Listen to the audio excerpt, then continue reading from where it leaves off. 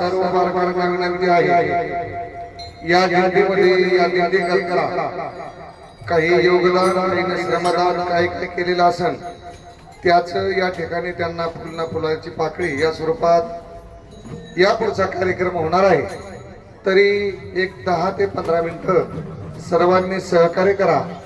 देवस्थान ट्रस्टची जी मंडळी आहे त्यांनी पुढे या।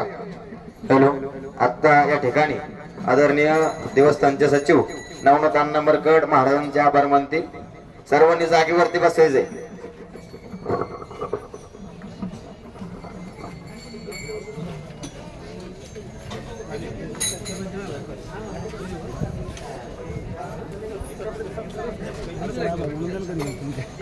विठ्ठल सर मरकड पुढे या। DV Markad sir